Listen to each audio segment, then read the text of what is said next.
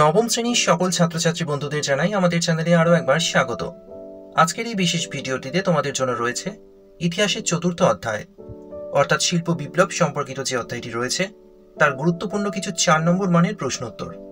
প্রত্যেকটি প্রশ্ন পরীক্ষার জন্য খুব গুরুত্বপূর্ণ, তাই মনোযোগ দিয়ে ভিডিওটা শেষ পর্যন্ত দেখো আর চ্যানেলে নতুন হলে চ্যানেলটিকে অবশ্যই সাবস্ক্রাইব করে দিও। দেখে নাও প্রশ্ন উত্তরগুলি। 1. শিল্প বিপ্লব নারীদের উপর কী প্রভাব ফেলেছিল? শিল্প বিপ্লবের ফলে ধনী পরিবারের নারীদের সুখ স্বাচ্ছন্দ্য বৃদ্ধি পেয়েছিল, কারণ উৎপাদিত বিভিন্ন প্রয়োজনীয় সামগ্রীর ক্রেতা ছিল অবস্থাপন্ন ধনী পরিবার।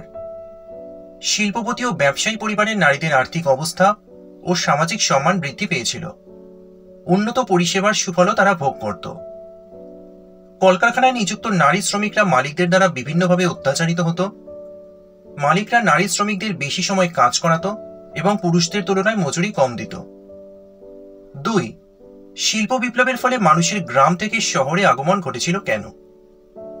শিল্প বিপ্লবের ফলে বড় বড় কলকারখানাগুলিকে কেন্দ্র করে শিল্প শহর গড়ে ওঠে। নগর জীবনের নানা প্রকার সুযোগ সুবিধার জন্য গ্রাম থেকে মানুষের শহরে আসার প্রবণতা বেড়েছিল। মানুষের শহরে আসার পিছনে কারণগুলি ছিল, অর্থাৎ শিল্প বিপ্লবের ফলে মানুষ কেন গ্রাম থেকে শহরে এসেছিল তার কারণগুলো এখানে পয়েন্ট করে দেওয়া হলো। ভিডিওটা বড় হয়ে যাবে, তাই আমি আর পড়লাম না, তোমরা ভিডিওটা পজ করে কারণগুলো দেখে নিও। 3 নম্বর প্রশ্ন, কার্ল মার্কস কিভাবে শিল্প বিপ্লবের সমালোচনা করেছিলেন? কার্ল মার্কস ছিলেন জার্মানির একজন বিখ্যাত দার্শনিক। তাকে আধুনিক সমাজতন্ত্রবাদের জনক বলে অভিহিত করা হয়। তার মতবাদ মার্কসবাদ নামে পরিচিত। মার্কসের মতে শিল্প বিপ্লবের ফলে উৎপাদন ব্যবস্থাকে কেন্দ্র করে শিল্প সমাজে মালিক ও শ্রমিক শ্রেণীর উদ্ভব হয়েছিল। শ্রমিক যন্ত্রের সাহায্যে তার পরিশ্রম দ্বারা কাঁচামাল থেকে পণ্য দ্রব্য উৎপাদন করে, কিন্তু সেই তুলনায় তারা নিজেদের মজুরি অনেক কম পরিমাণে পায়। যে পরিমাণ মজুরি থেকে শ্রমিক বঞ্চিত হয়, মার্কসের মতে সেটি হলো উদ্বৃত্ত মূল্য। এই উদ্বৃত্ত মূল্যের পুরোটাই মালিক শ্রেণী শ্রমিক শ্রেণীকে শোষণ করে ভোগ করে। জগতের সকল শোষিত শ্রমিক শ্রেণীর একমাত্র শত্রু হল মুনাফালোভী বুর্জোয়া শ্রেণী। বুর্জোয়া শ্রেণীর অবসান ঘটলেই সাম্যবাদী সমাজ গড়ে উঠবে এবং শ্রমিক শ্রেণীর উপর শোষণ বন্ধ হবে। এভাবেই কার্ল মার্কস শিল্প সমাজের সমালোচনা করেছিলেন। 4. শিল্প বিপ্লব কিভাবে ঔপনিবেশিক প্রতিদ্বন্দ্বিতার জন্ম দিয়েছিল?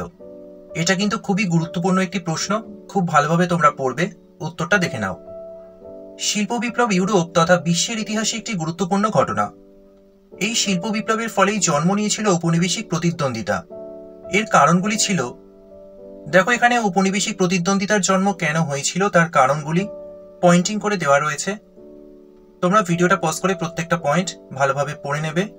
প্রথমে রয়েছে কাঁচামাল সংগ্রহ, এরপর রয়েছে উৎপাদন বৃদ্ধি, এরপর রয়েছে মূলধনের প্রাচুর্য, সবশেষে যে পয়েন্ট রয়েছে সেটা হলো উগ্র জাতীয়তাবাদ।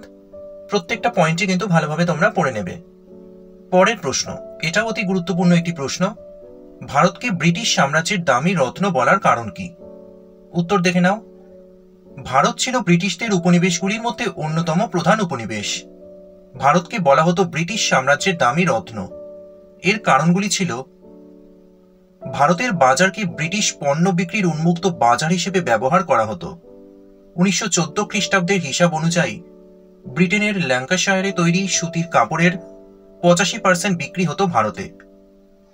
ভারতের রেলপথ ও রেলগাড়ি নির্মাণের জন্য ব্যবহৃত ইস্পাতের অনেকটাই ব্রিটেন থেকে আনা হতো। এছাড়া ভারতের অর্থনীতি ব্রিটেনের স্বার্থেই পরিচালিত হতো। এছাড়া 1857 খ্রিস্টাব্দের মহাবিদ্রোহের সময় ব্রিটিশ সাম্রাজ্যের যাবতীয় খরচ ভারত থেকে আদায় করার কথা বলা হয়েছিল।